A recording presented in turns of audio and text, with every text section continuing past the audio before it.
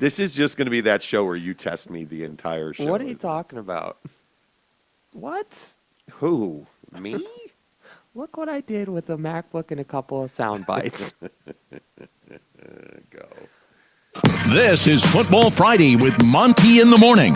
Need the info so you can turn your money into more money? Money, money, money. NFL and NCAA locks are coming up. Make money, money, make money, money, make. Football Friday has you covered. Now, here's Monty. Hey! Hello. Everybody. Happy Friday, friends. It is indeed a Football Friday right here on the Monty Show. We have got locks all up in that ass. I don't know. I'm just telling you, this show is going to be wild. I'm just telling you right now. Yeah, we have 8 locks for you today. This Alabama-Florida game, roll tide.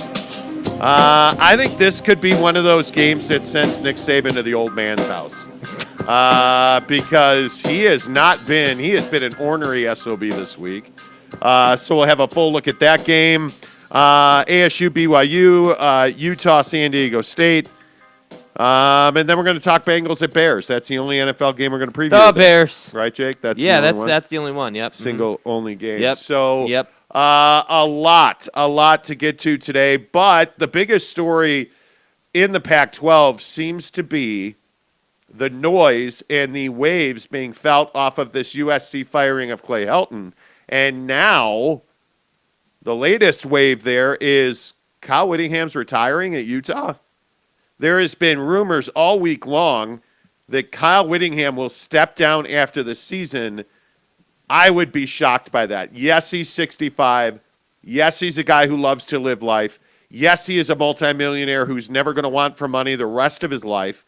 But, Jake, do you buy that Kyle Whittingham is simply done and he's ready to walk into the sunset? No, I don't buy that. I think anytime there's a major opening for a coaching position, and you've got a bunch of different names and a bunch of different guys, there's always going to be rumors and things that come about and what have you. So, this is just one of those where I'm like, before the season, there was never any conversation about Kyle Whittingham retiring. There was some noise about the fact that, he's been in Utah for a decade and he's run and built this program for that long and it's been a minute and it might be time for him to move on. But other than that, there hasn't been word one about Whit retiring. So to me, this is more of a situation where, hey, the USC job is open and Whittingham is a front runner for it.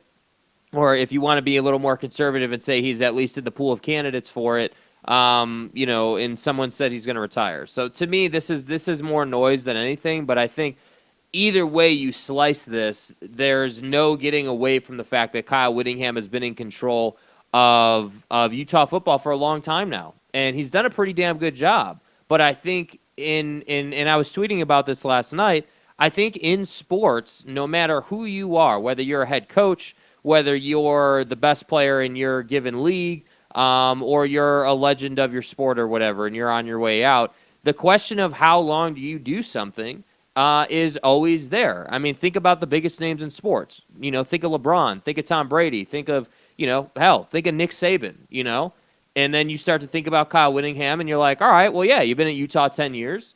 What's next? Is retirement next? Is chasing the USC job next? Is coaching at Utah 5 more years next? That's what I think the conversation is. I don't necessarily think that it's hey, Whit's going to retire. I don't think that's what it is. But I do think that for anybody who's done what he's done and accomplished what he's accomplished, which is being a college football coach of a P5 program for that long, I think you're always going to naturally ask, hey, what's next for me? And that's really what I think this conversation is. Well, and I think he's been through a lot at Utah, too. Let's not forget the transition of the Pac-12, all the BCS stuff, this Ty Jordan thing has had to be incredibly difficult on Whit. I understand the game is a grind. I just don't see this guy ready to walk away yet. I think he would really like to win the South. He'd really like to win a championship. He'd love to win a Rose Bowl. And if you look at where Utah's been, they've been just so close and yet so far away. And I think Kyle Whittingham has not accomplished everything he's wanted to accomplish at Utah. Could I see him doing this? Yes, I could. Man, I hope it's not now. I hope it's not after this season. I think there's just so much to accomplish. And, oh, by the way, you've got the San Diego State Aztecas. I don't know. The Aztecs hosting the Utes this week. Utah, 7-point favorite. 44.5 is the number. Jake, menstruation or what are you looking for? That's not. Bro, what? I don't know. Jake, what are you looking for? What do you need to see out of the Utes this weekend if they're going to beat San Diego State? Yeah, I think the biggest thing for Utah is it's all going to start with the offensive line. I think for me, I look at the way the BYU game went, and I say to myself, maybe if they had more protection, maybe if they were able to run the ball a bit better, they're in that game and they win the game. And I think that while the Utes are definitely better than what they showed us against BYU, San Diego State is also no slouch and will definitely be looking to take it to the Utes. So what I'm looking for is I'm looking for quality offensive line play, and I'm looking for Utah to establish the run early in the game. I think that when they don't establish the run and they rely on Charlie Brewer to make plays, just like at the NFL level or in any other football game that you're going to watch, when you become one-dimensional as an offense, you're easy to defend. When the defense can play single high safety and play man across the board, you're going to be in trouble. That's a problem. So to me, I'm looking for Utah to open up this game with ground and pound. I want to see them run the football. I want to see them establish that and then work off of that. And if that happens, they will win this game comfortably. Now, obviously, as you were just saying, going to San Diego, they're a 7-point favorite, so they're expected to win this game. But at the end of the day, I think this is that game where if you don't execute, this is going to be a really tight game, and it really shouldn't be. This should be a get-back game. This should be a game where you go on the road and you prove your dominance. And so to me, that all starts with the offensive line and running the football. So that is what I will be looking for in this game. Well, I think you've got to get an offensive line that can play. That's all I care about. I mean, I think when you look at what you're getting, in the run game, you clearly have a number one in Micah Bernard. I think you have got to get him going, but you've got to give Charlie Brewer enough time and space to deliver the football because we haven't seen enough out of Brant Keithy at this point. We have not seen enough out of Britton Covey at this point. We haven't seen enough out of really any legitimate outside threat in this offense. And what good is Charlie Brewer, who can really throw the football, who's mobile, who can move the pocket and throw the football, but what good is all of that if the offensive line doesn't give him time to let routes develop and deliver the football in time and space? This Utah team will only be as good as their offensive line. And I have real questions about their ability to go week in and week out with the offensive line playing as poorly as we have seen, not just at BYU, but we saw some of the leaks against Weber as well. This is a huge week. This is one of those weeks where Kyle Whittingham's talking about testing your character, testing your mettle. Show us who you are. Show up, play good physical, point of attack football, and let's stop doubting ourselves as we head into conference play. And I think that's what this Utah team is, Jake, and I think that's what this week is about. You have got to find a way to get cohesive, good, power football up front if you're Utah. The defense will be fine. Charlie Brewer's going to be fine. The special teams are always fine. This offensive line is their single biggest question, in my opinion. Yeah, I 100% agree. And I think you make a great point, too, about, getting right mentally in this game. The BYU game, the Holy War, it is the biggest game on their schedule for a reason, and I think that when you lose that game on the road in the fashion that you lost that game, yeah, I do think mentally it does test you. It absolutely tests you, and I think that that this following week is huge. I'm not going to say that this next game against San Diego State is going to determine the rest of your season, but think about the ramifications of this game. I mean, if you win this game, now what are you going to be 2-1 at that point? You would be. If you lose this game, now you're a sub 500 team and you're going the wrong direction and you've lost 2 in a row. And so to me, I think you're exactly right. This game, while yes, the offensive line is going to be the key, there's more at stake for Utah in this game than just, win or lose. I mean, this is a game, this is a building block, key to success for your season game. So that's why I say when this game is going to be on CBS, you're going to be able to watch it, watch this game and see what the offensive line is doing early. And if Utah is able to run for 4 or 5 yards a carry, they're going to be just fine. So then let's ask the question that no Utah fan wants to answer. Was it BYU or was it Utah? Because BYU ran the hell over Utah. Tyler Algier had his way. The offensive line for BYU had its way. The defensive line for BYU had its way. Is BYU just that big and talented up front, or is Utah lacking?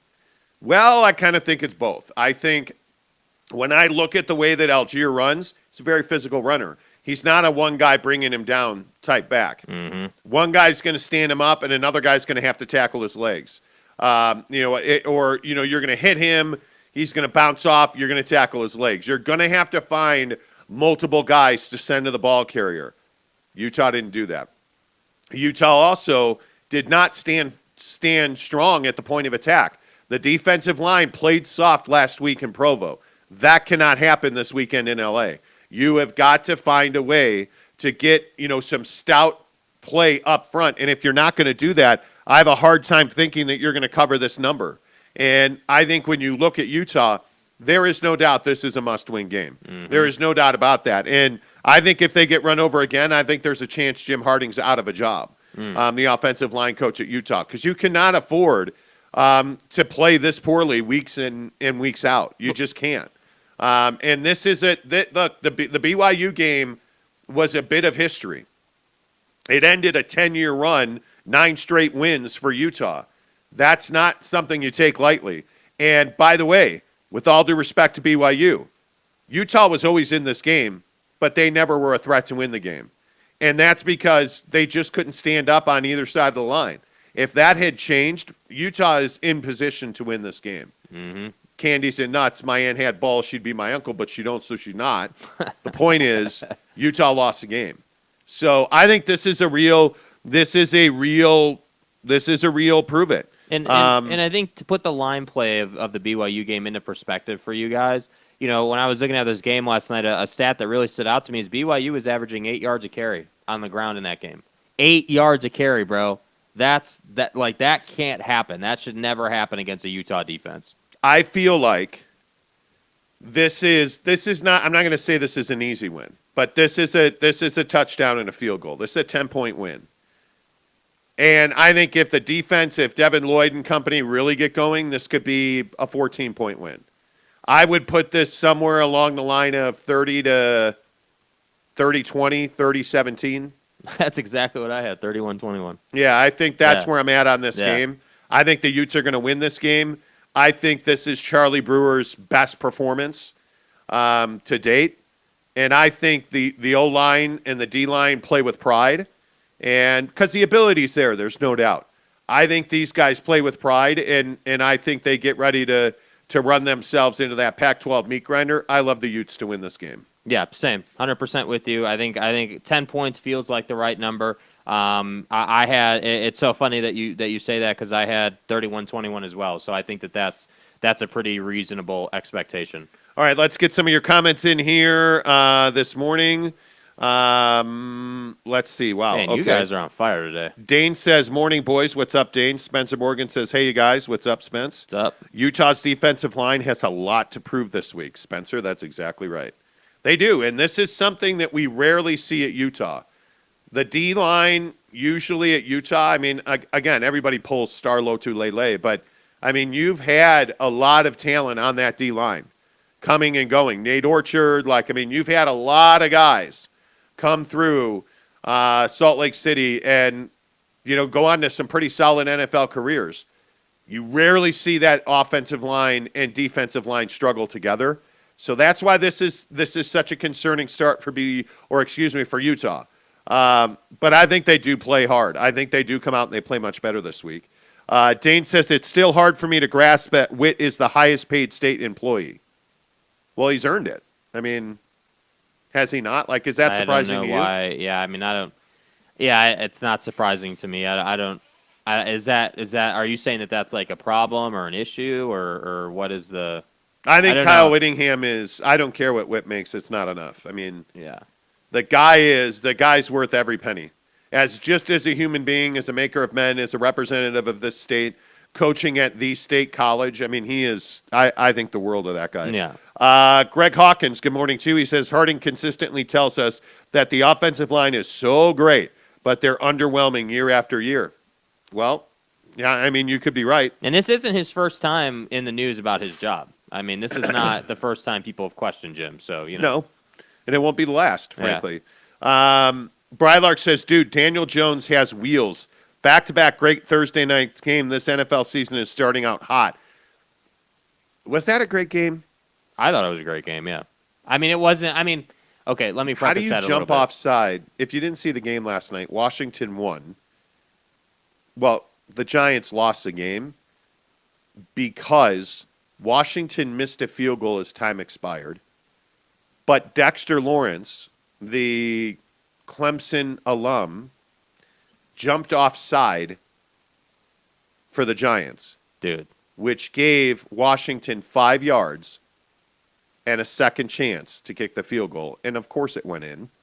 And the Washington Football Club won the game. I mean, that's the level that the New York Giants have fallen to.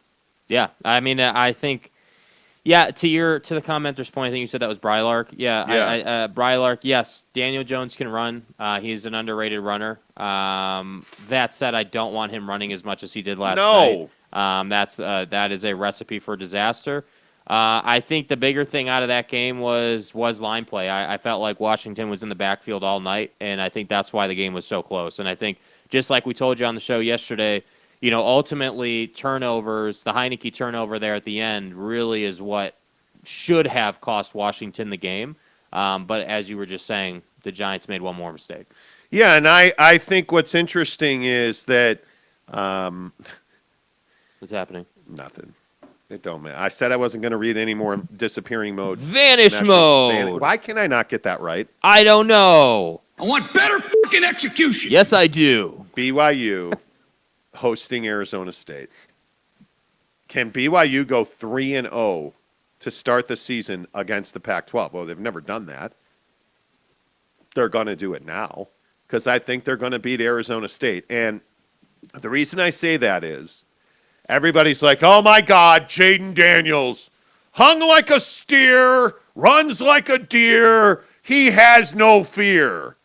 My fucking ass. Come on, nothing? What do you mean nothing? I played a draw. Steer, deer, fear? That was amazing off the top of my head. Yeah, that was phenomenal. Really well done.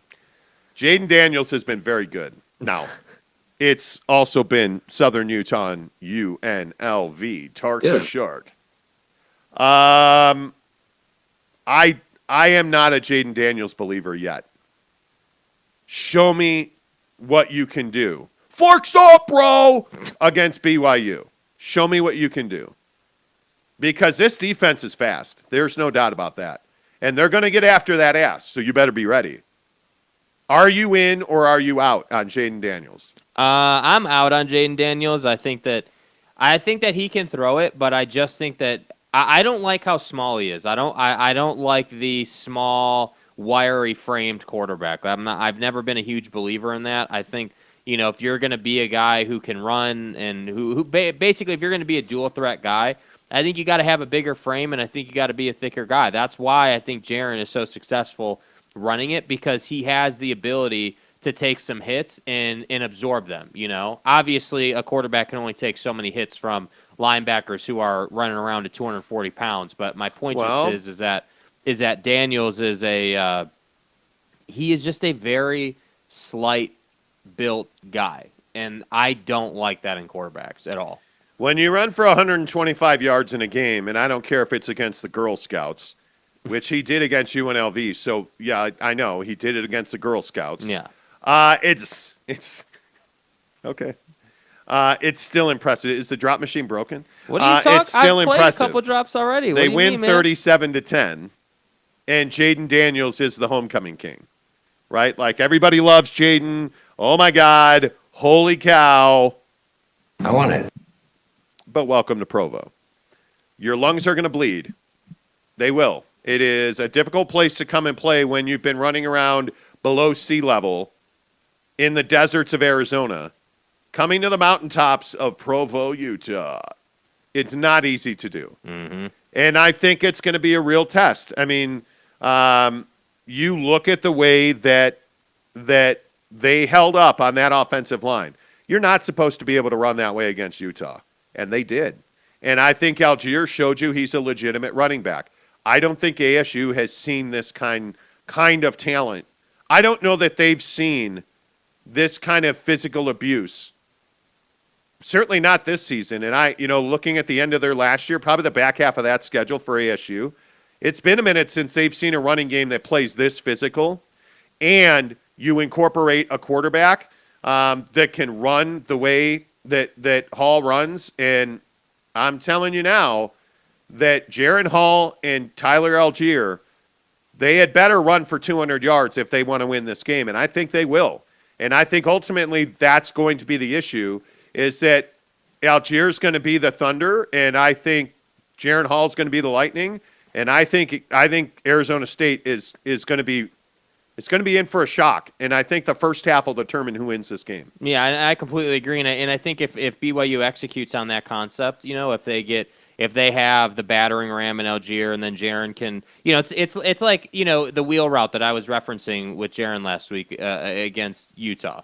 That play, when BYU is getting that play, you are in deep trouble playing against this team because what that means is that the linebackers are in the wrong place on defense. Your safeties are too high because BYU's gone over the top on you several times. So Jaron's got acres of space to run, and I think that your point is well taken. I think that ASU is a I'm not going to say that they're like a cute team, but they are definitely a niche team. They are a team that has all this hype around them. Herm is recruited, and this is a great program, and everything's awesome. But at the same time, I'm sitting here saying, okay, well, I know what BYU has, right? I know, and this is kind of what we talked about, Utah's schedule versus BYU. This same logic applies to Arizona State.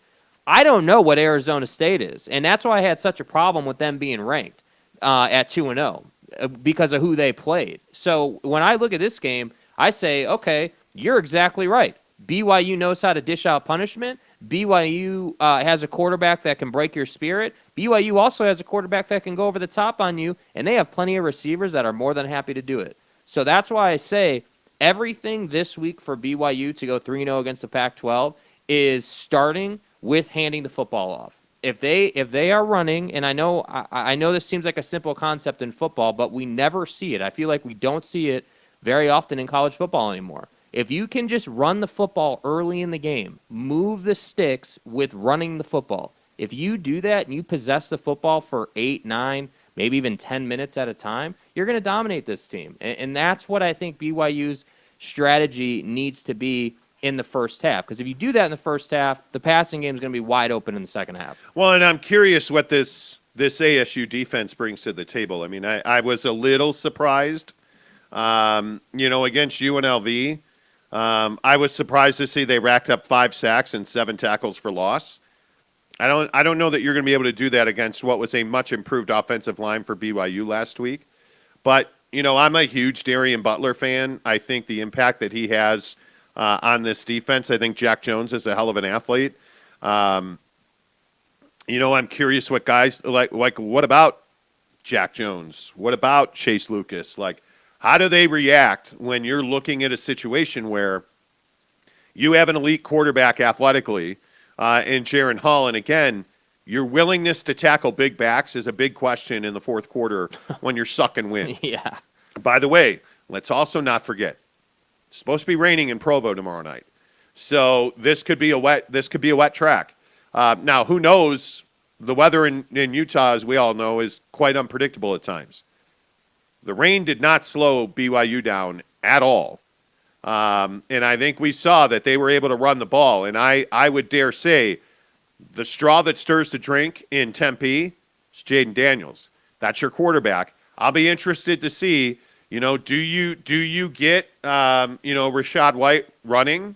Do you get that guy going? I mean, 4.1 yards and 2 scores against UNLV is not that impressive, to be honest with you. Mm-hmm. Now, I understand that Jayden Daniels led the team in rushing, but I wonder what the top end of the running game for Arizona State looks like. Do you have to have Jayden Daniels leading the rushing attack for the rushing attack to be effective? Well, for BYU, that's not the case. Let's not forget, you've also got Pini Katoa, who is a force in the backfield as well. And he's a nice little, left hook to your straight cross of Tyler Algier. So you have balance. That's the one thing that I wonder about ASU. Does ASU have balance, or are they really reliant on Jayden Daniels to kind of carry the mail for the ball club? And if that's the case, I think they're going to lose big.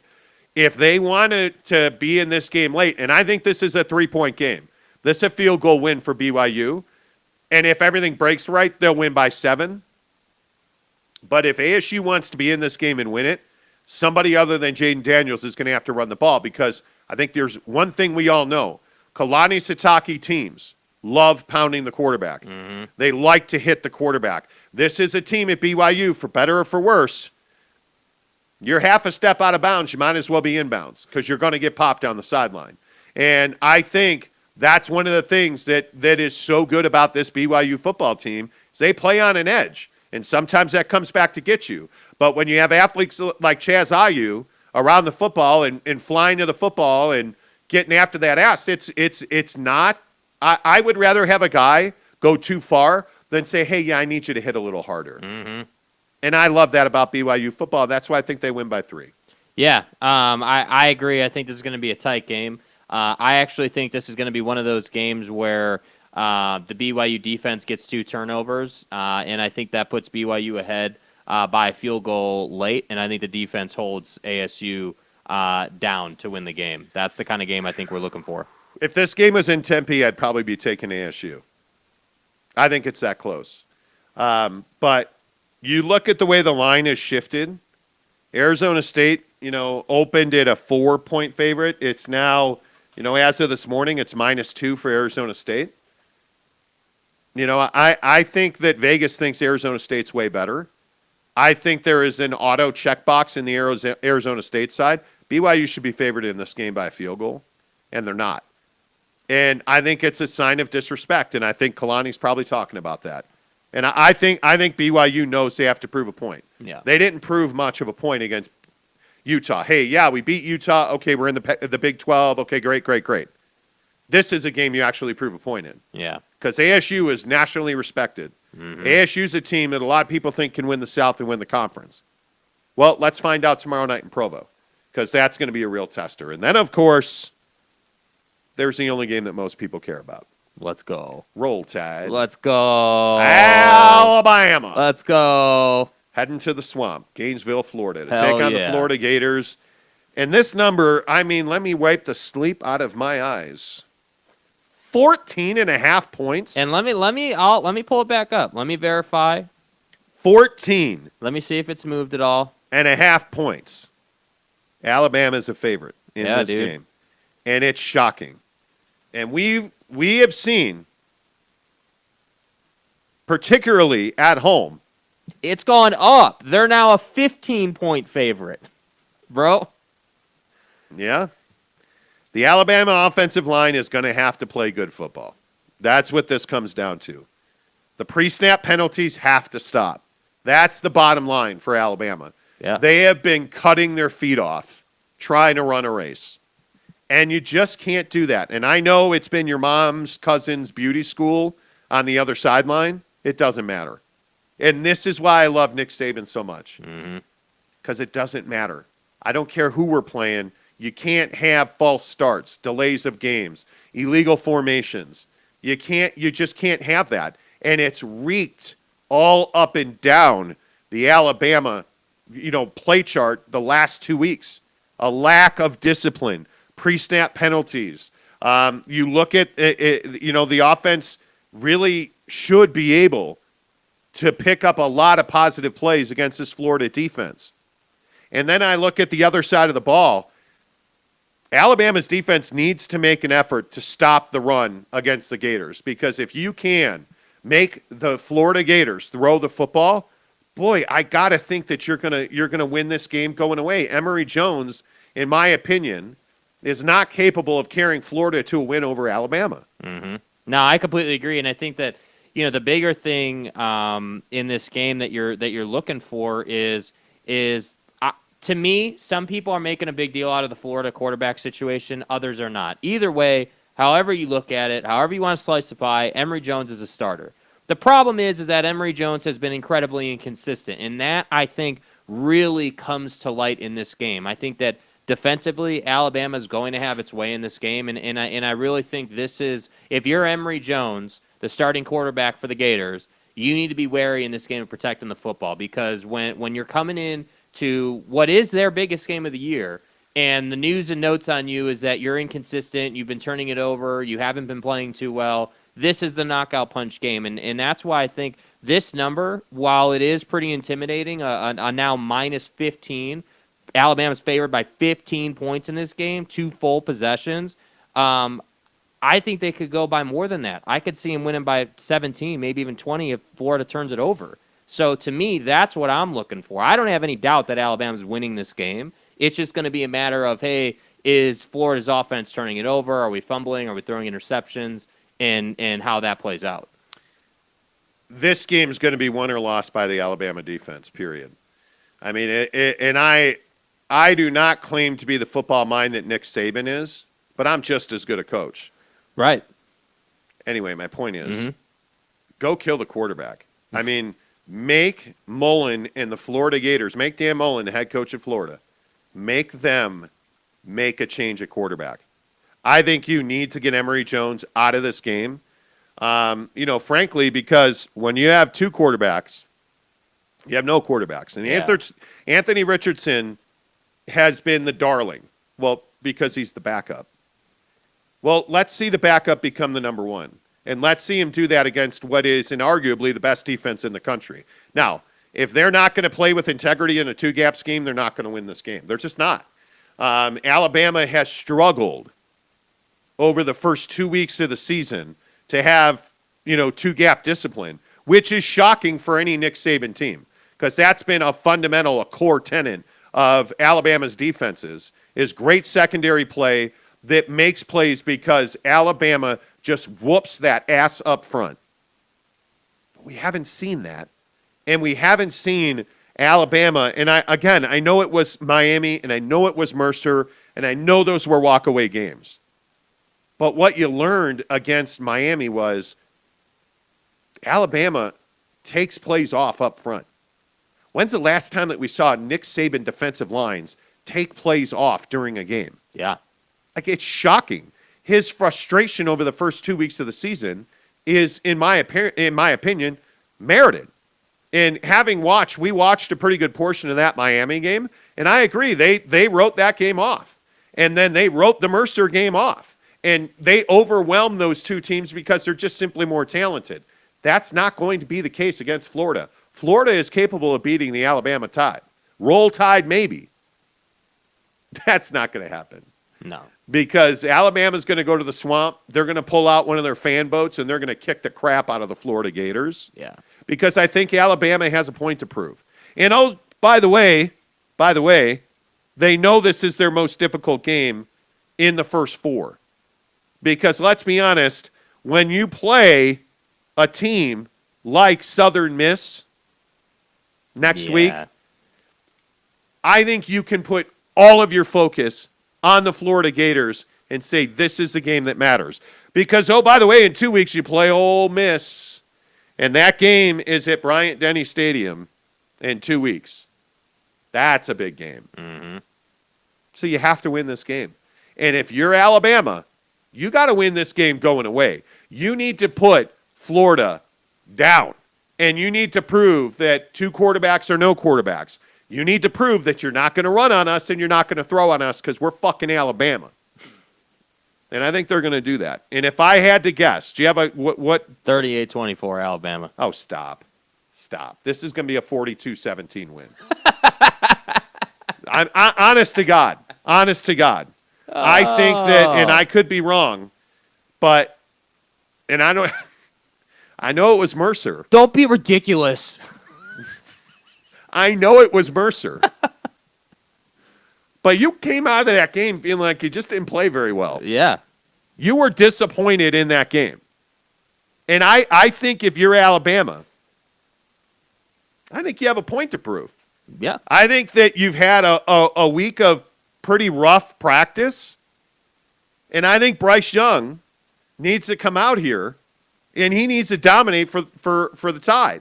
And I think you need to see two guys run for 100 yards. And I think you need to see 7, 8, 9 sacks. You need a get-off game. And with all due respect to the Florida Gators, you're just not very well coordinated right now. You're not, and this is the thing about Dan Mullen's teams at Florida. Mm-hmm. The question that's got to be asked is, are you talented enough? And I know we talked about this at length this week, but there's only 2-3 teams in the SEC. Yeah. Everybody else is just kind of hanging out under the SEC banner, taking the payday. And Florida's one of those teams. Because I don't think Florida's nearly as talented as everybody makes them out to be. At least I haven't seen that in quality. I think Alabama's walking away. I think they're going to score 42 points. I'd not be surprised if they scored 50. Honest to goodness. I think they are going to come out and inflict their will on the Florida Gators. Hey, more power to them, man. More power to them. 38-24 is what I'm going with. This feels like a big game. Yeah. Oh, it's going to be a big game. Right? Yeah. I mean, the first half of this game is going to be – the second half is going to be garbage time. The first half is where it's at. Yeah, this feels like a big game. Bro, is Amazon already delivering packages? I don't know, but my Ring doorbell's like, hey, who the fuck gonna bag your man? Oh, no, the rose bushes are blowing around. Oh, yeah. Okay.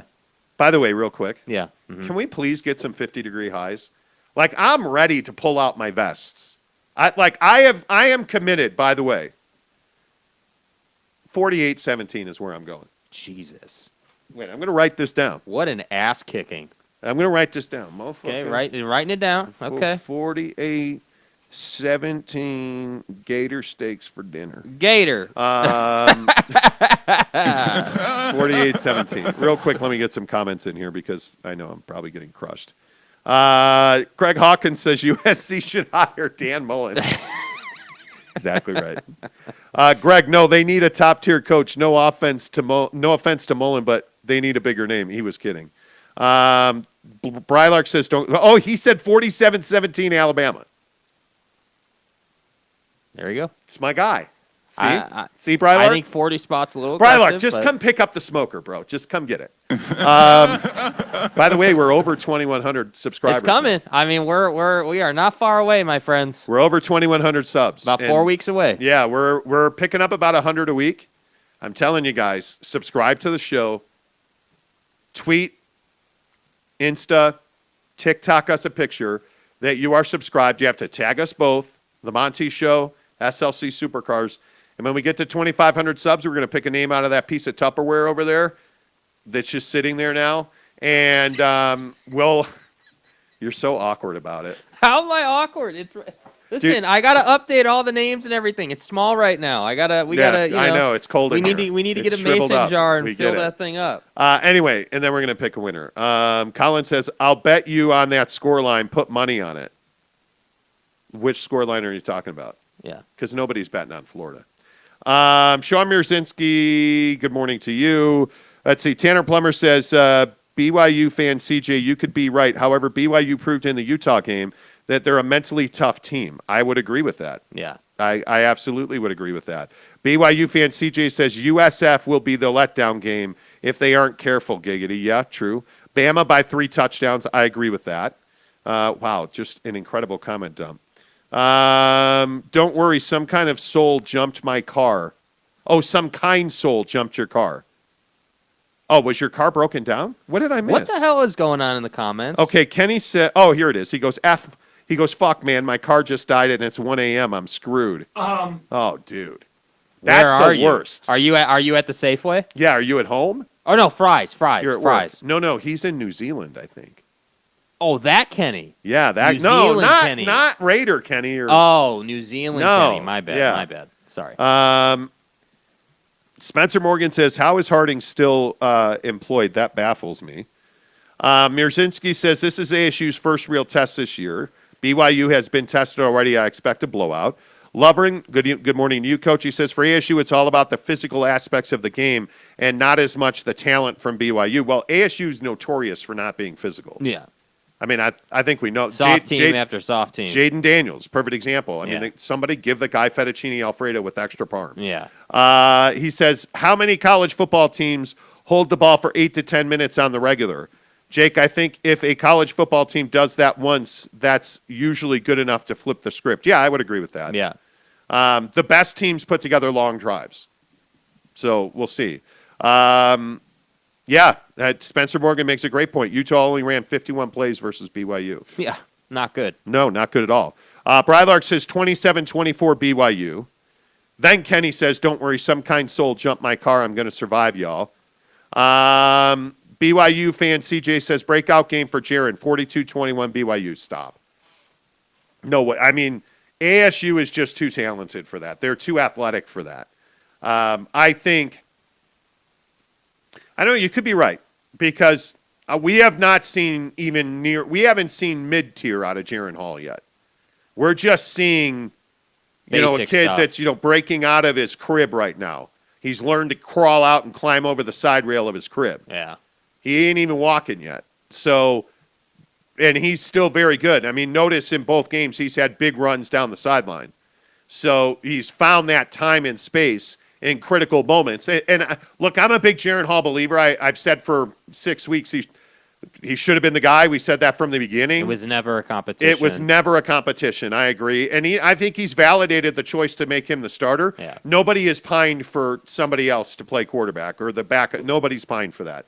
Jaron's been great. Yeah. And it's simply a matter of keeping the wide receivers healthy and continuing to teach him how to play football at the highest level. Because Jaron puts the ball on. He's been pretty accurate. Frankly, he's been a better thrower than I thought he would be. Yeah. I think everybody knew he was going to be able to run the football. I don't think anybody realized Jaron Hall would be this good of a passer already. I mean, the top end's always going to be there, but he's already showing you, hey, I understand what the defense is trying to do. I know where they're going to be, and I know what I have to do to put them where I want them to deliver the football to the guy I want. So I think that's what's been impressive. Daryl Adams says Isaac Rex 2 TDs. Yeah, I'm waiting for that. They've got to get him going, and especially with Romney dealing with some injury issues. And I mean, the tight end is an absolute game changer in college football. Telling you, run the football early. Run the football early. Oh, I think you're going to see that. Open it up. I think you're going to see. Kalani loves to test your will early in games. Yeah. And I think one of the things that we've seen with Aaron Roderick is that he's willing to stick with the running game. He's committed to it because he knows how important it is. So I don't think that it'll be that at all. Giggity says this can be a classic letdown game for BYU. Nah, not this week. Not this team either. Not this team either. I think the South Florida game's the letdown game. I agree with that 100%. I think this is not the letdown game. They've never been 3-0 against 3 P5 teams. Never. It's never happened. And you've won. You've made statements the first 2 weeks of the season. You beat Arizona with 1/4 of your playbook. Right? Then you came out and you pretty well pushed Utah around the field. You ran all over them. And it was shocking to see BYU in the backfield early and often in that game. It's not a fluke anymore. The BYU defensive line is much better than we gave them credit for. We all worried about BYU replacing so many bodies on defense. I'm not worried anymore. I'm not. And as much as we all default to Witt as a defensive genius, Kalani Sitake is showing you that his football teams always have solid defenses. Well, and it's what you always say, right? It's about what your 3s and 4s are, for next year. And I feel like the last season with Zach Wilson and that team, Kalani was developing the guys who are playing now, and that speaks to the job that he's doing. Yeah, I agree. I totally agree. Giggity says I don't understand how BYU only beat Arizona by 8. The Utah game was a big win, but so many times rivalry games like that can go any way. Yeah, well, because they were not very clearly. I mean, I've watched that Arizona game twice, essentially. They just didn't use very much of the playbook. I mean, they were really conservative in play calling in that game. Mm-hmm. They showed nothing exotic defensively to Arizona, which now you understand. I mean, they were there. They were doing calisthenics against Arizona. Yeah. I mean, yeah. That's all that was. And to see the depth of offense, to see the different looks defensively, Tuiaki's probably not getting enough credit, because it's Kalani's team. But they didn't show very much against Arizona for a reason. Run the football early. Amen, Jake, Tanner Plummer says. Mm-hmm. Daryl Adams says, I was there when they lost to UTEP in 85. That was bad. Greg Hawkins says, BYU is disciplined and motivated, but do they have the depth to carry them through this schedule? That's my big question mark. Well, the concern is that you already have guys that are dinged up. I mean, the Nakua brothers have missed time. Obviously, Gunnar Romney. You have guys that you're counting on who are dinged up. Now, Gunnar caught a touchdown, looked fine against Utah. You would think with another week of rest at home, there's no travel here, and your only travel was to Vegas. Yeah. You feel like you've had downtime, rehab time. Kalani's been pretty good about getting guys back on the field. I think you're fine right now. The inevitable issue at BYU is not your ones and twos. It's what do the 3, 4, and 5 guys do when the ones and twos get hurt? That's your biggest question. Yeah. It is. You have depth at every position. You've never had a wide receiver room like this. You have 3 quarterbacks. I think you're not the same team that needed a Hail Mary to beat Nebraska. You're not the same team that went to South Bend and got pushed around. This is a deeper team. They're legitimate 3 deep. Now, is the bottom 25% of this roster as good as probably Utah's? No, but they still beat them because now the top 3 guys are better. They're getting development. They're better talent because BYU's able to recruit a higher caliber of football player. Which is only going to continue to grow now. Yeah, so that to me, those are the things that have changed at BYU. Culture, attitude, sure. All of that, systematic process, all of that obviously has to be in place to win games. But I think what you're seeing is that they now are able to acquire a better level of talent. So, and frankly, that's the thing that's so shocking about Utah is that this San Diego State game for Utah is vital. Yeah. It's vital. Let's switch gears. Talk the National Football League. By the way, we're 48 minutes into the show already. You ready? You ready for the music? You ready for this right now? All right, let's do it. NFL locks. Monty and Jake are giving you their locks for college and NFL football, plus the inside info you need to know to make the right call. Now, let's get you the locks. Here's Monty. There they are. Yes, sir. Let's go. Let's go. So, Jake, I was on the phone with Corey Grocock before the show started. Really? What is he finally? By the way, he finally got the Xbox. He'll be here Monday to replace you. Is that so? Here's the problem. We do NFL locks every week on this show, right? Right. Mm-hmm. Every week we pick the Chicago Bears. Right. Well, because they're going to win every week, obviously. Who wasn't in the locks during our vaunted pre-show behind the scenes meeting that nobody is privy to? The Bengals. What team wasn't in the locks this week? The Bengals. Who are the Bengals playing this week? I don't know. They're playing the Chicago Bears. So since you're being a dick and you didn't put the Bears-Bengals in the locks, the only NFL lock we're giving you this week is the Chicago Bears hosting the Cincinnati Bengals, which we'll do after we give you these other 4 NFL locks. The LA Rams are at the Indianapolis Colts. By the way, they're not canceling Hard Knocks. They're doing a season-long Hard Knocks with the Colts. I'd rather have you stick a hot, coat hanger in my eye than make me watch Hard Knocks on the Indianapolis Colts. Carson Wentz ain't getting it done for you? The Red Rocket is not getting it done for me. And I mean, never mind. Rams at Colts. Rams are a 3-point favorite in this game. I'm really surprised it's only a 3-point favorite in this game. With the way Stafford played last week against my R&We, the motherfucking Chicago Bears. The Bears. Let's go. Anyway, he put up 321 against a really crappy Bears defense.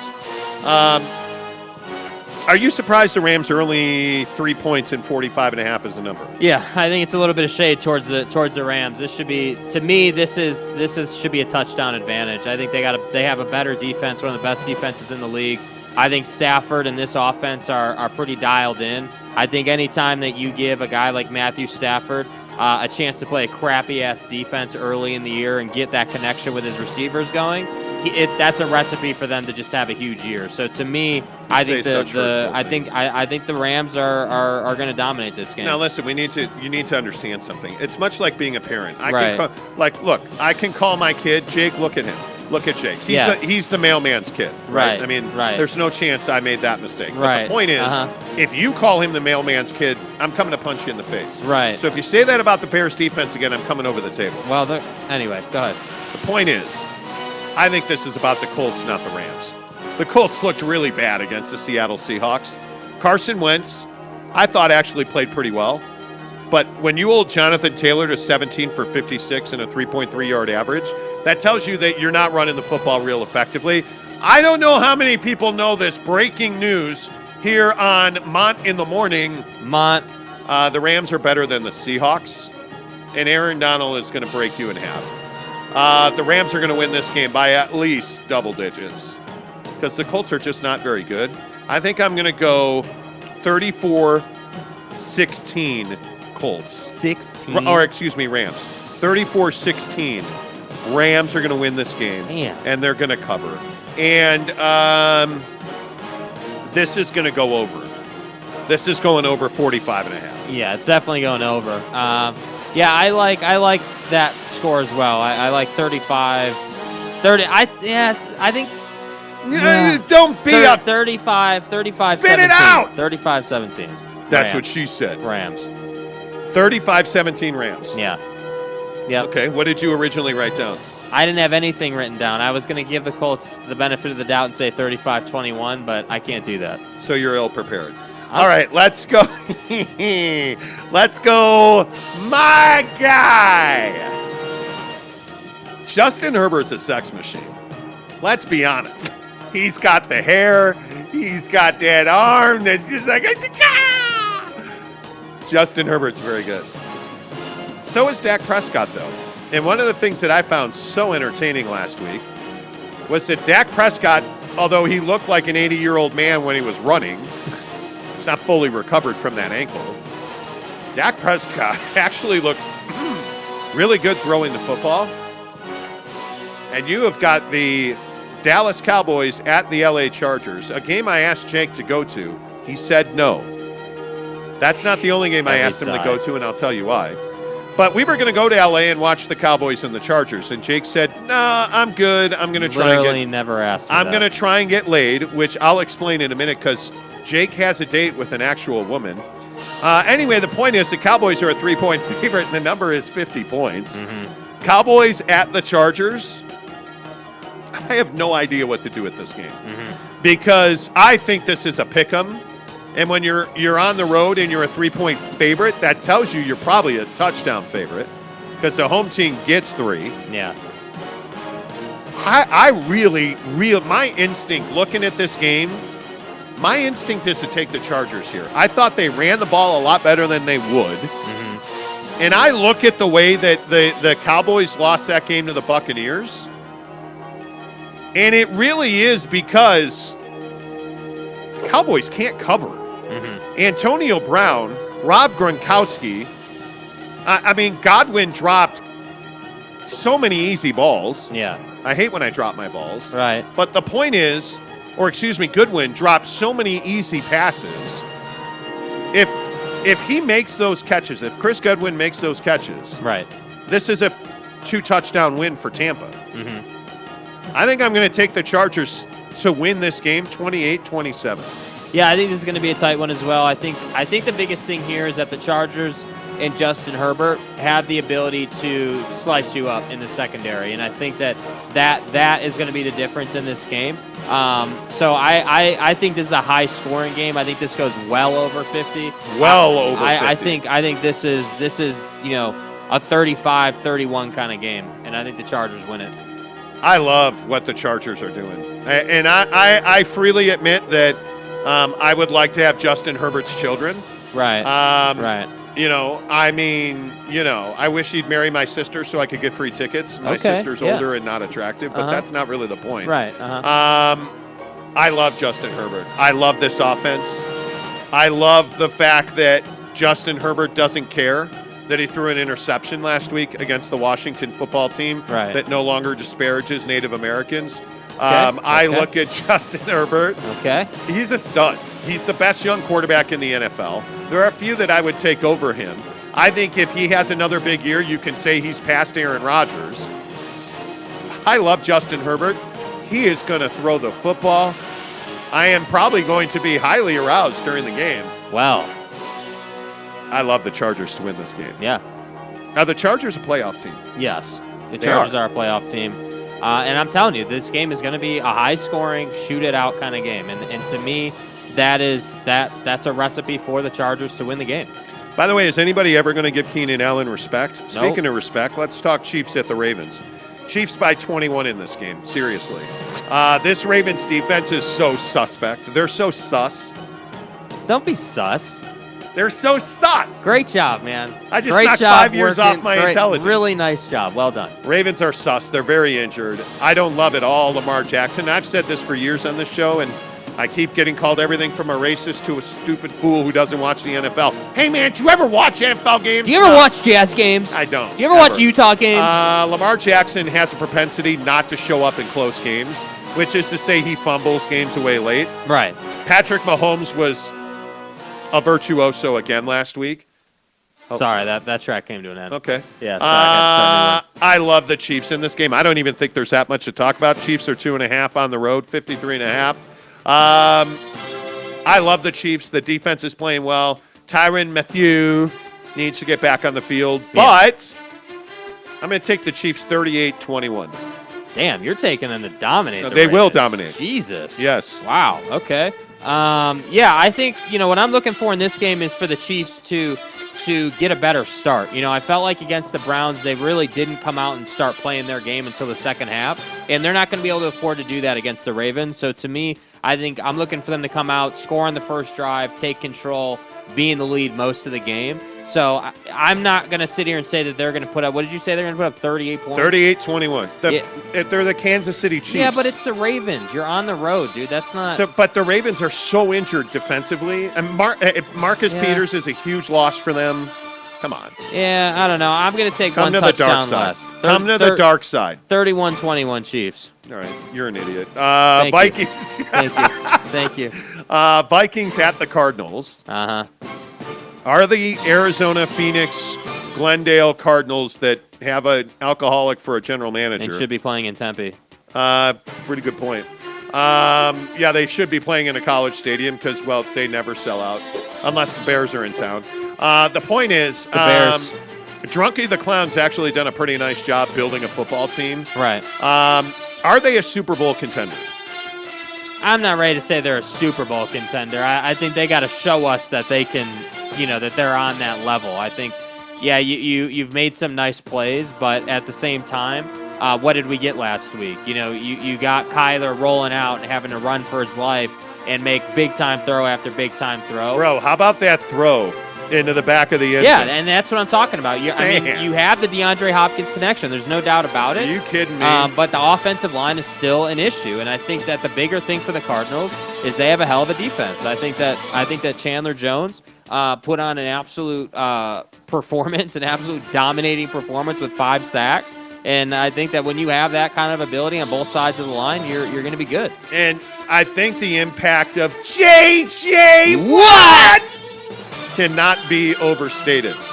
That you're not double teaming Chandler Jones is a huge problem. because he is going to come for you. Yeah. I mean, he is going to leave toe tags on the field. And this week, what I would say to you is, if I am your favorite quarterback in Kirk Cousins, Yeah, right, because he's my favorite quarterback. my man needs to get some mobility because Kyler Murray is going to dominate. Yeah. I don't like this Vikings defense at all. I look at what this Arizona offense did to a pretty solid Mike Vrabel Titan defense. Yeah. Chase Edmonds was solid. James Conner was solid. Listen, they got talent all over the field. Hopkins, Green, How about that touchdown pass to Christian Kirk? Christian Kirk. Yeah, they've got talent everywhere, and that's what I'm saying. Rondale Moore, I thought actually really contributed. The only limiting factor on this football team right now is the offensive line. And they're not horrible, but they're certainly not good. By the way, lost in the wash on J.J. Watt and Chandler Jones was Isaiah Simmons. Because my man balled out with his balls out. Like, I mean, Isaiah Simmons, that's probably too much. Wow. My bad. I thought Simmons was their best defensive player last week. And I know that 5 sacks and everybody gets excited. Mm-hmm. You know, BOC, we get it. My point is, I don't know what's wrong with me. It's Friday. I need a nap. My point is, Isaiah Simmons is really good. Yeah. This is a legit top 5 defense in the NFL. I think they're going to win this game by 14. Yeah. So I'm going to take the Cardinals 28-24 over the Vikings. Okay, did you not just say they were going to win the game by 14? And Well, then you came out and said 28-24. 24 Cardinals. Well, you got to work in the Kingsbury factor. Just going to fuck it up and call the wrong place. What do you want from me? So clutch, Cliffy. Thank you. Way to come through, buddy. Way to come through, bro. No, this is a 30-point game for the Cardinals, I think. Stop This is a 30-point game. 30-point game. Stop. I'm going 34, 24-24, 10-point victory. I mean, stop the music. I'm just curious. Do you hear the shit that you say? No, I don't. They're going to win by 30. I mean, they're going to score 30. Wait, verticality. I never said they were going to win by 30. Well, I'm saying you said they're going to win by 30 to prove my point. Yeah, It helps my argument. Yeah, uh-huh. Okay, play the music. Anyway, all right, let's let's talk Bengals at my R&We. Can I just say how perfect this music is? The Chicago Bears. It's Ditka and Jimmy Mack and Richard Dent. I want 85-86 to be today, but it's The not. Monsters of the Midway. And I'm terrified that Joe Burrow is going to roto-rooter my colon. Okay. Because Here we go with the ass vacuum references in the Well, comments. Well, excuse me, sir. Did you see Joe Burrow last week? Yeah. Now, I know that you were sunbathing and using baby lotion liberally in the backyard during the Bengals game. It was incredible. Joe Burrow was very good last week. And I think in that Viking win, the thing that really stood out to you is that they made plays on both sides of the ball. Now, again, it was the Vikings. Yeah. You're always going to be disappointed. Kirk Cousins threw for 351 yards and 2 touchdowns in that game. Okay? Yes. So it's not like Kirk Cousins didn't play well. But Joey football was just better. Yeah. Who knew that if you gave Joe Burrow actual working attached knee ligaments, that he could actually throw touchdowns and win you games? What? It's outlandish. 20? Okay, tell me when you're done drinking, okay? And I want you to spit this out. 20 of 27, 2 touchdowns, rated 128.8 for Joe Burrow. Bro. Joe is a stud, in case you were wondering. Joe Mixon, 29 carries, 127 yards. Yeah. And a score. Mm-hmm. Jamar Chase, 5 for 101. That all comes to an end this week. You're gonna get creamed in Chicago. Here's my question. And this is a legit question. And if you're a Bears fan and I'm the only one, I get it. Think critically here. Is Khalil Mack a complete bust for the Chicago Bears?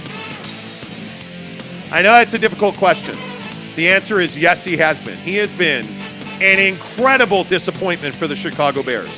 How many times have you seen, Khalil Mack carried the ball club, 9 sacks, 5 tackles for loss. Holy heck. Never. Not once. Not once. Akeem Hicks is the stud on this defense. And Khalil Mack, the Bears should have traded him back to the Raiders when the Raiders called, and they didn't. And it's because, the Bears are bad at, footballing. Yeah. It's awful. Khalil Mack is a complete bust for the Chicago Bears. And it's a real problem on this defense because of the money he makes and the lack of production you're getting from him. And I would only point to Leonard Floyd, who is no longer a Bear. He's an L.A. Ram, and he's having a hell of an impact in L.A. And what are the Bears doing? They're disappointing. Again, now a lot of this is Matt Nagy, who needs to be, please, I'm serious. Just put electric shock into his therapy sessions and let's move on with our lives. He is such a douche. I mean, I got to believe the Bears win this game. Honestly, in all seriousness, the Bears are a better football team than the Cincinnati Bengals. Mm-hmm. But I just don't know how they're going to do this. The Bears didn't look like willing participants in the secondary. You let a guy lay on the field and you didn't touch him, so he got up and he ran for a touchdown. And you didn't even run after him that hard. The Bears are an incredible disappointment. And that defense, and particularly the Chicago Bears secondary, is terrifying to me because they're fucking talented and they just don't play football. Yeah. And that means that they're not playing for their coach, which is why he should be fucking fired. And he's not. Oh, by the way, Dumpster fire. There is the whole thing where ESPN is leading what Justin Fields should be starting every segment. Yeah, we've gotten off Aaron Rodgers finally. And now it's on ESPN that they should be starting Justin Fields. No shit, Sherlock. Yeah, they should be starting Justin Fields, but they're not because Firecrotch is Matt Nagy's favorite quarterback. The real problem is Andy Dalton doesn't suck that bad, and guess where Andy Dalton started his career? Yep. For the Cincinnati Bengals. Bears 3, Bengals nothing. I think that's the final score. No, I'm going to take the Bears 26.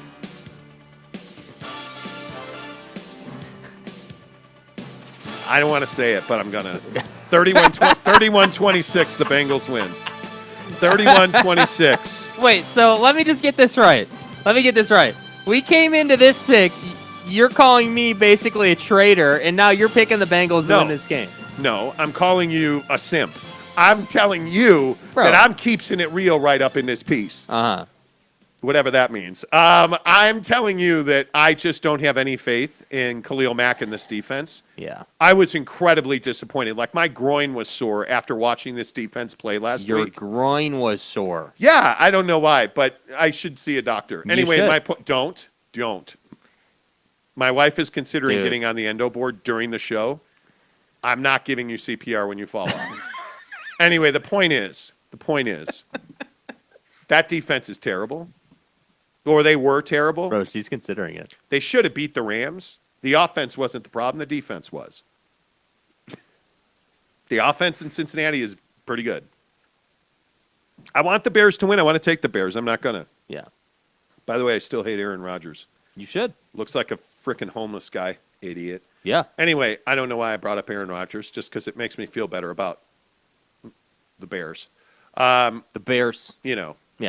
Screw them. Brylark says Bears 16-14 in an upset. Thanks, Dick. Appreciate that. Wow, they're going to score 16 points and upset them. The fact that you would use the word like it hurts, man. Brylark, I thought we were friends. The level of trolling in that comment is so high. 16-14. You guys got this one covered. That's amazing. That's awesome. That's where we need the Rappaport. Effing asshole. Yeah, dude. That's the part of that drop you need to cut. Like, just so when Brylark... Mr. fucking vaccination genius scientific expert, you fucking asshole. So when Brylark says, oh, yeah, Mont, got you covered. 16-14, Bears are going to win. Oh, Brylark's the best. Bears are going to score 26. Yeah. Their offense hasn't been the problem. I mean, never mind that they don't throw the ball to, Robinson, and never mind that they don't run the ball or. I mean, they don't have an offensive line. Other than that, the offense is fine. Khalil Mack is a huge bust. I'm telling you. Yeah. Khalil Mack is a huge bust. Yeah. And I know that's crazy to talk about, but Jackson Graham wants to know if Zach Wilson is washed. Well, I think his career's over, isn't it? Yeah, well, I mean, he's been playing for all of 5 minutes, so he's probably going to retire, and him and Witt are going to go play golf. It's funny. I saw them. There was some practice tape on NFL Network this week of the Jets, and they were teaching Zach Wilson how to get down and take a sack. All right, let's move on. Greg Hawkins says, honestly, I love Lamar. That was a joke. Yeah. I love Lamar Jackson. Supreme Chad athlete energy. Well, A, you should probably get a vaccine, Lamar. B, you should probably learn not to fumble. Twice. And you might want to throw the ball and win games instead of running. Brylark says 31-16 Chiefs. Bless you. Greg Hawkins says the Cardinals will win because Kyler Murray. Well, verticality. Yeah. Can't see the guy behind the offensive line. How are you going to sack him? Why do you keep bringing up people's sacks? You've made several ball references on this show already. Football. If you felt these balls. Football. God, why do you always have to go perverse? What do you mean? Anyway, testicularly speaking. Jackson Tanner Plummer says Jackson Graham. If the Jets O-line keeps playing like crap, then yes, he's washed. It was a joke. He's not. It wasn't a serious question. Brylark says I don't think it's appropriate to talk Super Bowl contenders till week 6. Well, the problem is the Cardinals will be 2-4 in week 6. So yeah, you got to get that out now. You got to get it in while you can, man. You know, always like getting it in. Yeah. Tanner. Just so you can go to Pound Town. Okay. Brylark says, you two need to do the Bears guys for Halloween. Tanner Plummer says, yes. No. Jackson Graham says, why do you believe in the Bears so much? I don't. That's the point. We just did 5 minutes on why they suck. I just told you Khalil Mack was washed. Monty, you'd be a great Mike Ditka. Yeah, well. My aunt or my uncle. I actually don't like Mike that much. I've spent a lot of time with Mike Ditka. He's not a very nice guy. He's an asshole, frankly. Okay. But, man, you put a pair of sunglasses on him and give him a cigar. He's a G. And with his Super Bowl ring on, I'd hit that. Wow. Too much. Sorry, I got caught in the moment. I hate Rodgers, too. Hey, Monty, we finally agree on something, Tanner Plummer says. Okay. There you go. There you go. Okay. Okay. Good. So, iPhone 13 launch day. Yeah. It's an exciting day. It is an exciting day. Launch. We pre-ordered the phone. And for me, now, we've told you this going throughout the whole week, that my wife is a diehard Droid fan. Right. And I've converted her. We actually pre-ordered her iPhone today. What phone? So what phone did she have? She had the Note 10. Okay. Which only is worth $200 on trade-in. Damn. What? I have the iPhone 11 Pro Max. well-hung Pro Max. Right. $500 for trade-in. What do you bench? 225, 10 times. Well, 9 the last time. Anyway, the point is. Right. I am now the proud owner. Not in possession yet. In possession's 9/10 of the law. Right. But I am the proud owner of an iPhone 13 Pro Max, 1 terabyte, gold-plated MFA.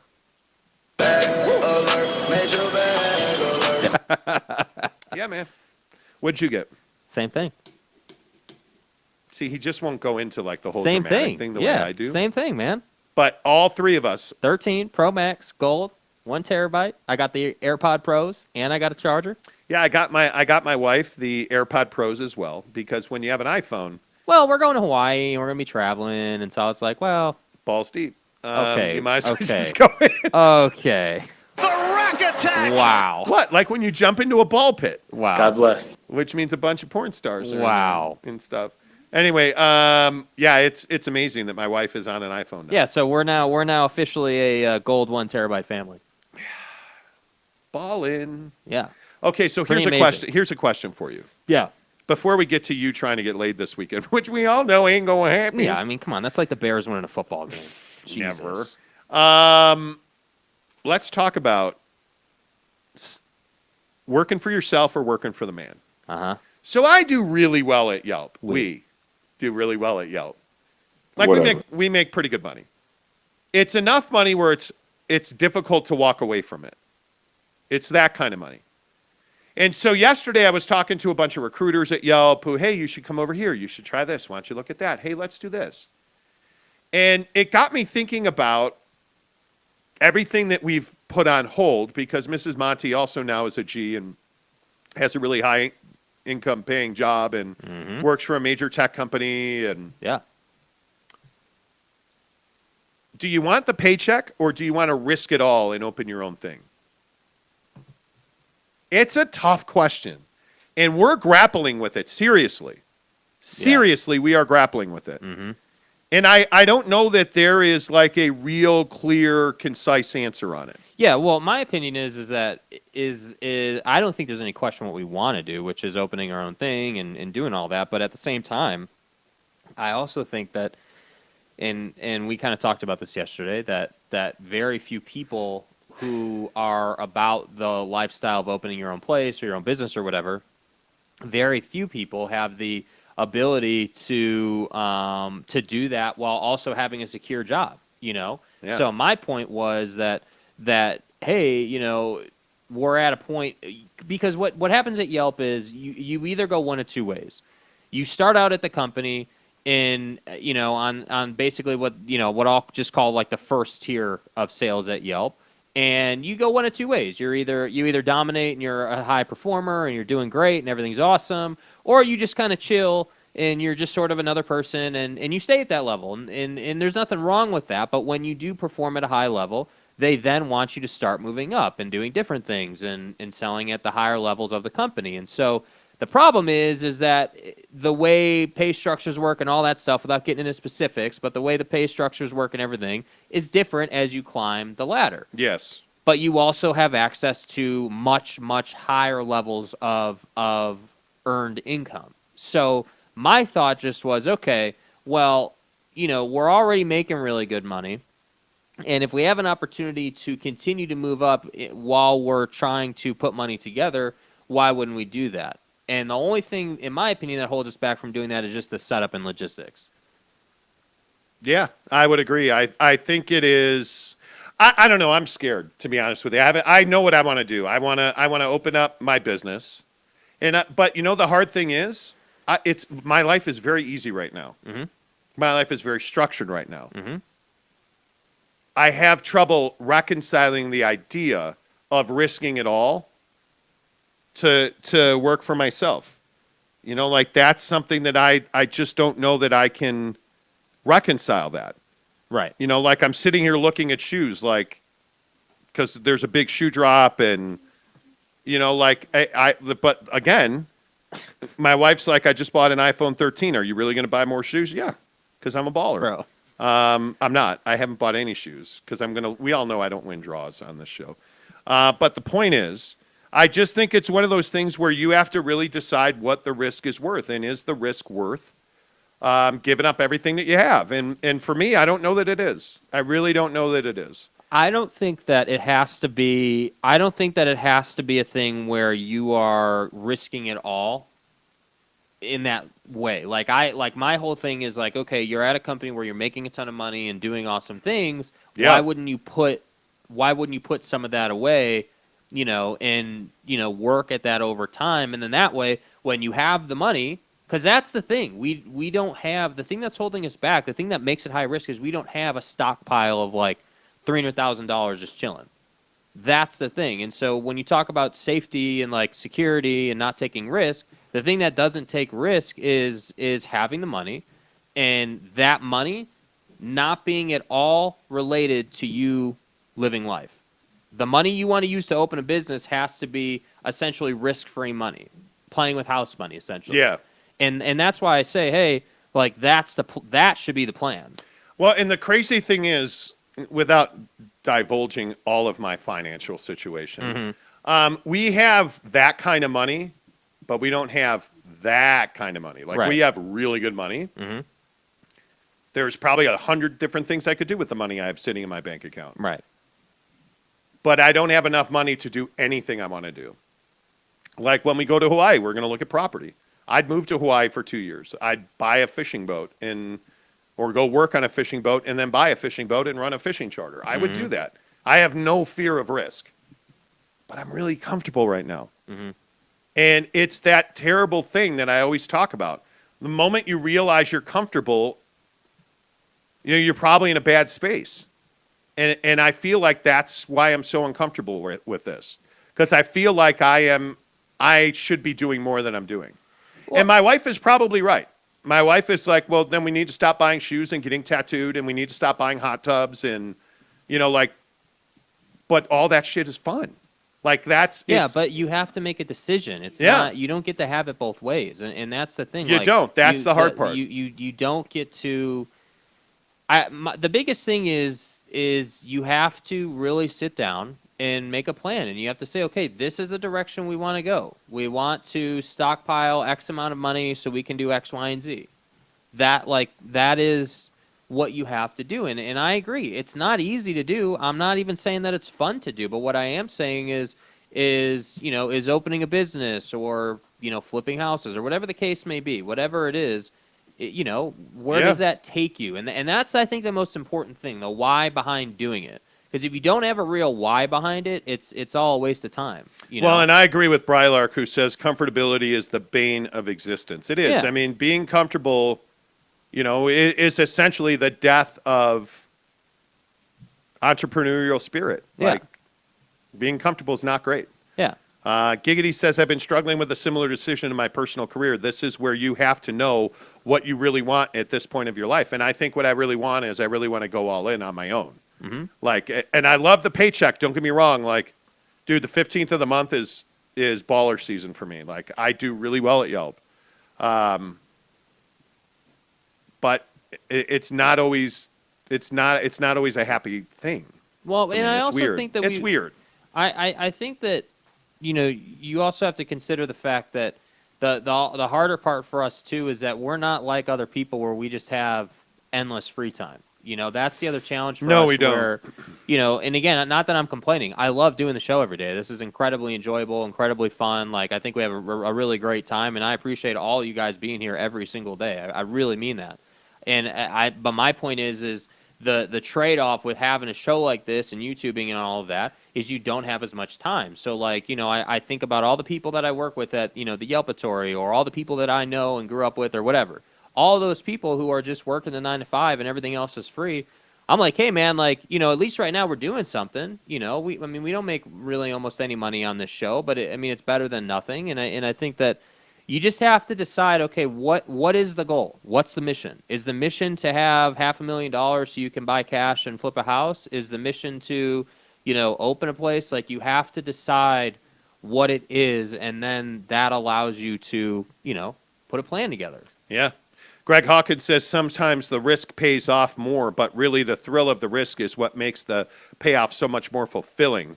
Just calculate the risk and find out what you're comfortable with. Yeah, absolutely. I agree with that. Casey Finlinson says, what do you always say, Monty? A paycheck is the way a company keeps you from fulfilling your dreams. Yeah. I mean, it's the drug. The paycheck is the drug they give you to forget your dreams. And much to your point, Jake, that the thing, we do a bunch of side hustle stuff. Like, I don't just buy shoes to wear them. Like, I buy shoes, and a lot of times I sell them. Like, YouTube makes us very little money, almost none. But our channel is growing. We've put up 2,000 subscribers in 6 months, 7 months now, I guess. Like, that's a crazy number. Like, in YouTube world, like, adding 2,000 subscribers in 6 months is crazy. I mean, that's crazy talk. And so that's why I say, like, I agree with Greg. I think it's kind of deciding, like, what your tolerance for risk is. Yeah, and how you want to go about absorbing the risk, and that's the toughest part. And that's why I say, again, going back to the original point with Yelp and everything like that, I think we're lucky enough, to be in a position where we have a lot of income. I was telling you yesterday, like, most people, when they go out on these ventures, have almost nothing. They just take the loan and hope for the best. Yeah. And that's what I'm saying. Like, I get it. Like, we can all think about worst case scenario, but also what's best case scenario. Yeah, I agree with that. A couple more comments before we talk about your sex life. Jeremy Bolton says, I'm way different than y'all. I love stability, especially how things are in this country. I mean, they're not bad, but I'll take stability and comfort any day over risk. He also says, but then again, my wife makes twice as much as me. She's incredible. She's an epidemiologist. Okay, well, there you go. And that's the other thing, too, the time of what we're in right now, in terms of the country. Like, I also think that's not exactly catering to huge. Well, and the way real estate is right now, I mean, if real estate was more available, I mean, then the prices you're having to pay to buy real estate right now is insane. Even rent retail space is crazy. Yeah. We qualify for a loan to open a business. But look at our house. Like, I bought a house less than a year ago, and I'm already 6 figures into equity. Yeah, and that's How the is that frustrating possible? part. And that's the frustrating part for me. It's like, hey, are we going to open a business, or am I going to buy a place? Or like, there's all these factors that we're having to weigh in on, and it's just, it's difficult, Yeah. Like, it's difficult. Totes, bro. Giggity says, if you took the shot and God forbid it doesn't work out, Yelp will take you back. Yeah, true. I don't believe in plan Bs, though. And I talk about this a lot. I coach a lot of reps at Yelp. And I say this all the time. Top producers don't have plan Bs. When you're all in, you don't have a plan B. You're not thinking about, well, Yelp will take me back. You're not thinking about, well, I'll draw unemployment. No, I'm doing this business, and I'm all in on it. And I'm not thinking about failure. What I'm thinking about is for us, it's a retail space. I'm going to open this retail space, and then I'm going to open 5 more. And then hopefully it's just, best case scenario, prints money. Worst case scenario, yeah, you go out of business. If that happens, I'll worry about it when I get there. Yeah. But I'm a big believer in mindset. I'm a big believer in training mindset, practicing your mindset, understanding how to control the voice in your head every day. Greg Hawkins says, I came to the Philippines with less than $10,000, no work for 8 months. Anyone can make it work. Yeah. Brylark says, KSL reported that Utah has 3 cities in the top 10 of overpriced housing. Ogden, SLC, and Provo. Boise was number 1. Boise's crazy. My wife would have moved to Boise. My wife loves Boise. And we like Boise. You just can't even think about living in Boise right now. It is so, and the problem is there's no crash coming. There's no market recalibration coming. Because what you're seeing is the real estate market's flat. It's no longer doing this, but it did that, and now it's okay, we're going to chill here. And I would say within 6 weeks, because the rental protections and forbearance protections are over, it's going to be probably a 6-week window before you start seeing people's ass boil a little bit. Yeah. And now we got to move. And so movers are going to start hiring, and landscapers, and Yeah. Anyway. Yeah, dude. All right. Yeah. So are you getting laid this weekend or what? What's the story? No, I'm not. Wow. Already confident right out of the gate. You always take it to the extreme, bro. It is not No, like the that extreme at all, would have been, dude. are you guys taking a trip to the ceiling room? It's not. Okay. I didn't ask that. Okay. Okay, so that's probably over the top. Jeez, dude. So let's get this right. Yeah. A girl actually likes you. Apparently. Okay. Apparently. By the way, I lost the draw. Well, that's what you get for talking about the ceiling room. Yeah. So Yeah. you have a date. Yeah. Well, Maybe. Supposedly. Allegedly. And she doesn't live in your building. No, this is not like 205 or 1005. No, this is yeah, she just liked my profile, and I don't really know much about her. We haven't talked that much. I kind of played it aggressive, and I was like, all right, well, because she basically just said that that she was looking for something serious, and she likes to meet new people, and blah blah blah, the usual spiel. And so I said, okay, great. If that's the case, then let's go out. Let's go to dinner. You gonna hit that? And she was like, all right, cool. And so I then asked her, okay, well, what's your Friday night or your Saturday night look like? And she hasn't responded yet. Now, that's not uncommon for her based on, the 5 minutes I've been talking to her. She usually takes about half a day to reply. So we'll see what she says. And that's literally where it's at right now. I don't know almost anything about her. Don't know what she does, Yeah. Okay. So if she says yes, where are you going to go to dinner? Bruce, Chris? I don't know yet. I don't know. Where should I take her? Is she well-heeled? The hell does that mean? Does she make good money? You don't know. I don't know. I have no. That's why I said I Don't don't know what she does for a I living, don't know what okay. she does for a living. I don't know anything about her. Do you believe? Man, that's a tough question. Because if she got a job, go baller. You know, go to Ruth's Chris. Go have a nice dinner with her. Because if she's looking for something serious and you're looking for something serious, I mean, she could be pregnant within 6 months, easy. Wow. Okay, that was probably a leap. I'm kidding. Wait, getting her pregnant or what you said? Well, yeah, because you would have to have sex to get her pregnant. Right. We all know that's not happening. Fuck one, marry one, kill one. Go. I'd probably not kill this one, and I would probably try to marry this one. But if she's serious, take her to a serious place. Yeah. If she's talking about wanting a relationship, do not take her to Mo Betta's. I was thinking In-N-Out. What do you think? Okay, well, I mean, listen. Yeah, I mean, yeah, at least you didn't say Chick-fil-A's Chick-fil-A. closed. Yeah, Chick-fil-A's closed. That's a good The point. issue is that if you take her to In-N-Out, Cane's. Oh. That way you guys could sit in line and block traffic out on 114 Yeah. and spend time together. Yeah, long line. That way we could sit in my car and chill. Yeah. Yeah. You know. Yeah, perfect. That's a great first date. Yep. I would take her, and if you're going to take her to In-N-Out, I mean, at least be classy and take her to Wendy's. Okay. So that she knows So that she you can have, get a Baconator. Yeah. Anyway, I'm an idiot. The point is, Casey says, do you go first date to something a little less than high dollar, or do you ball out and go all in? You go all in. Well, here's the thing. Here's the logic, Casey. At the end of the day, I'm just going into this like, all right, cool. If I never see her again, at least I had a great steak dinner, right? The Nye guy's like, she's a vegan. Hey. Hey. Sheesh. Hey, you want to go to a steakhouse? No, I'm a vegan. All right, cool. See you later. Yeah, all right. I'm out. Where are we going then? I'm out. Where can we get a salad?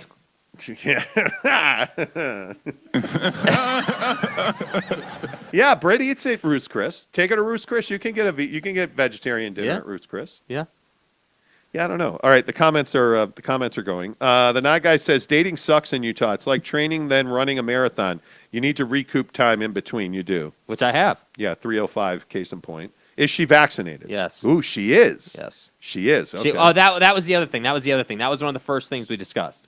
So one of the first things, because I always like to ask, okay, so what are you looking for? I always like to ask that question because the response typically will tell you who you're talking to. Yeah. So one of the first things she said is I just want to get it out there now. I'm vaccinated, and and I'm not a Trumper. And I was like, did she really? She said that, yeah. And I was like, okay, well then, so this tells me that she. Guy, at least put a ring on it. She's at least, Okay, let me ask you this: are you at least physically attracted to this? Yeah, I mean, she's cute. She's cute, but again, I always maintain I try not to get my hopes up until I physically see somebody. Yeah, the pictures are. You never know. Sketch. You never really know. So, okay, Tanner says, Monty, who's hotter, Justin Herbert or Luca's mom? Brylark says, Plumber, you forgot Devin Booker. Well, Devin Booker. The Nye Guy said that. Brylark says, Jake, how do you feel about your dating life being content on this show? I mean, the funny thing is, dude, like, bro, are you like snorting cocaine over there, or what's going on? No, the funny thing is I can't remember who just said it, but I mean they're exactly right. Dating in Utah is not great. It sucks. No. It's awful. I mean, and I also maintain that the situation with COVID. I mean, obviously it's different now than it was at the height of the pandemic, but at least now there are I'm not going to say most people, but there are at least more people now who are vaccinated. So it's kind of starting to take a turn back to where there's at least some people out there, whereas before it was like there was just you were just on hold. Okay, you guys are sitting at the table at Ruth's Chris. Yeah. And, you're like, hey, you're just talking, and her and your sex life comes up. Mm-hmm. And you're like, and she's talking about how many dudes she's been with. She wouldn't do that. And she's like, hey, what's the number?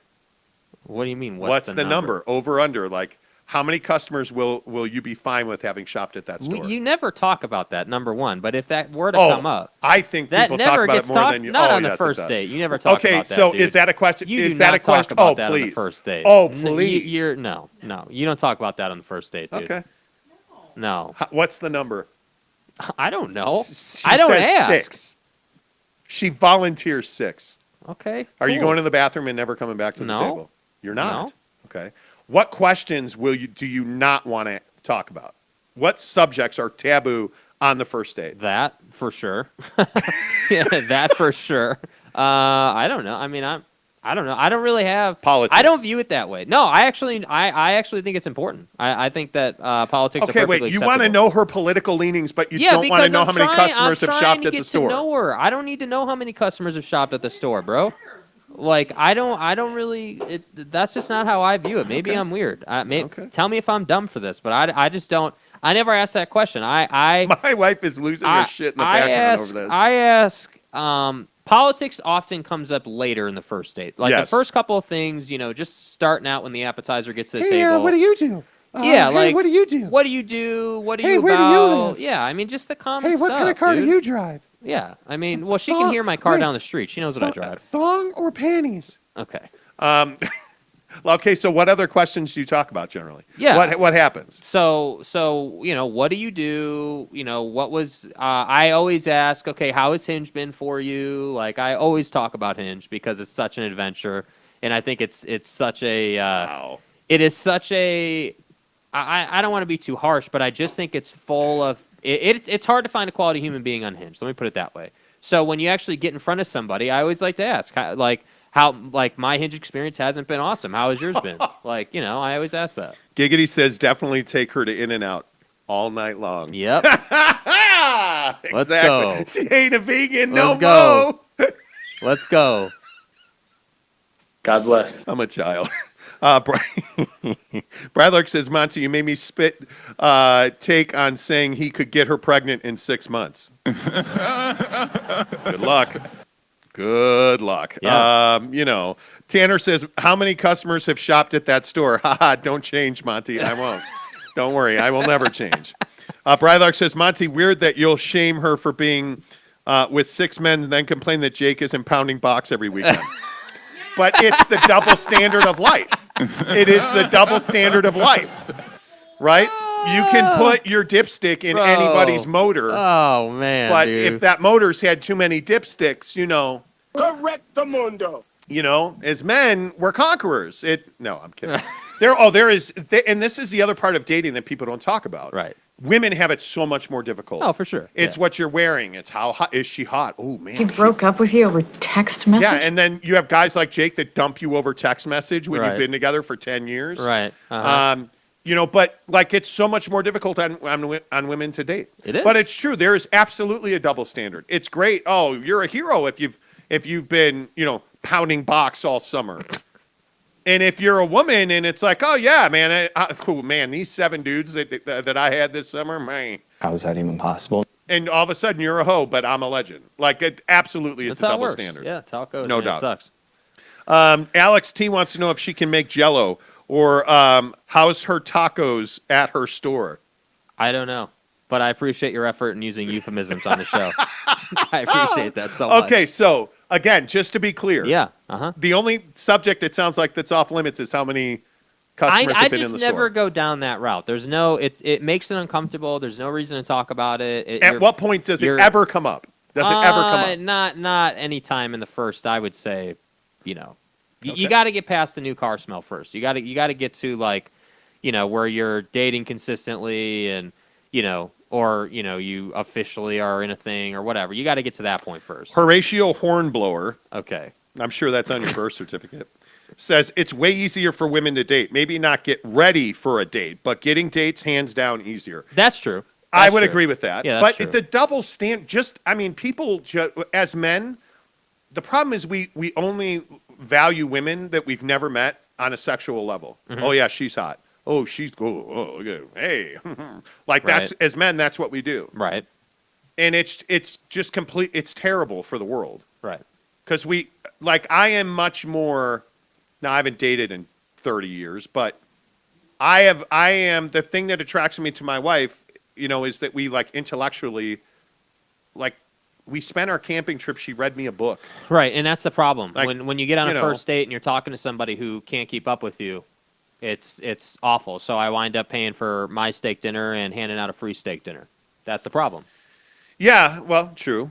Very true. And that's just the nature of the beast. Okay. That's just what it is. So percentages that you see her this weekend. Oh, I think they're good. Yeah, I think she'll respond. I just think she's. It's almost, you know what it is. It's almost a good sign when they take time to respond, because that means they have a life and they're doing stuff. Yeah. So it just is. Yeah, I think I'll see her at some point. Okay. I'm just curious. Like, there's nothing she can say that would be an instant turnoff. Well, I'm not saying that. What do you mean? Who said that? I'm just curious about the conversations. That's like what the I. conversations That's what, on the date, or yeah, what do you mean? the Yeah, conversations on the date. Like, you're sitting across the table from her. Yeah. I don't know what Yeah. you. I mean, the only thing that probably is going to kill that date if she shows up in a MAGA hat.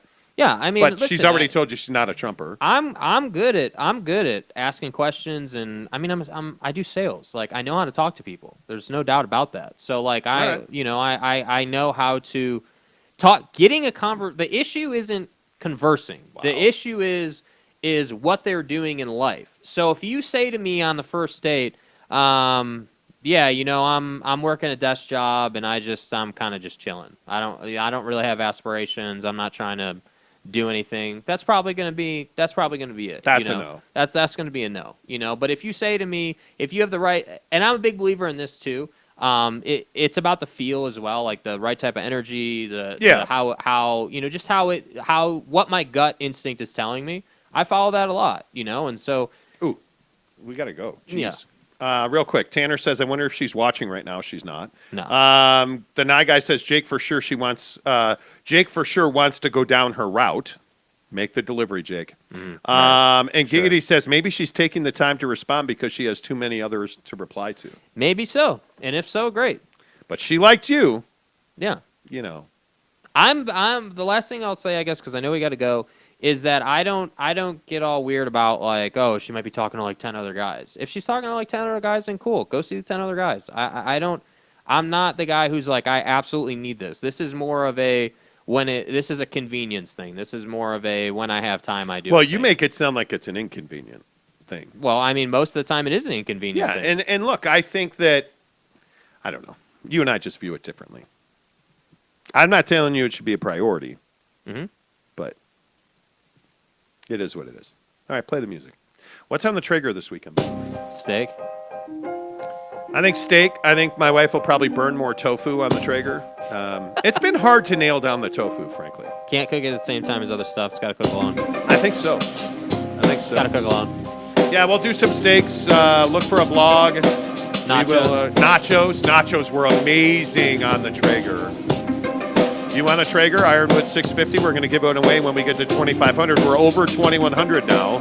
All you have to do is hit subscribe. If you're here, please give us a thumbs up. It really helps the channel grow. Buy our affiliate links, which are in the description below. Until Monday, say I got laid, Jake. I got laid, Jake.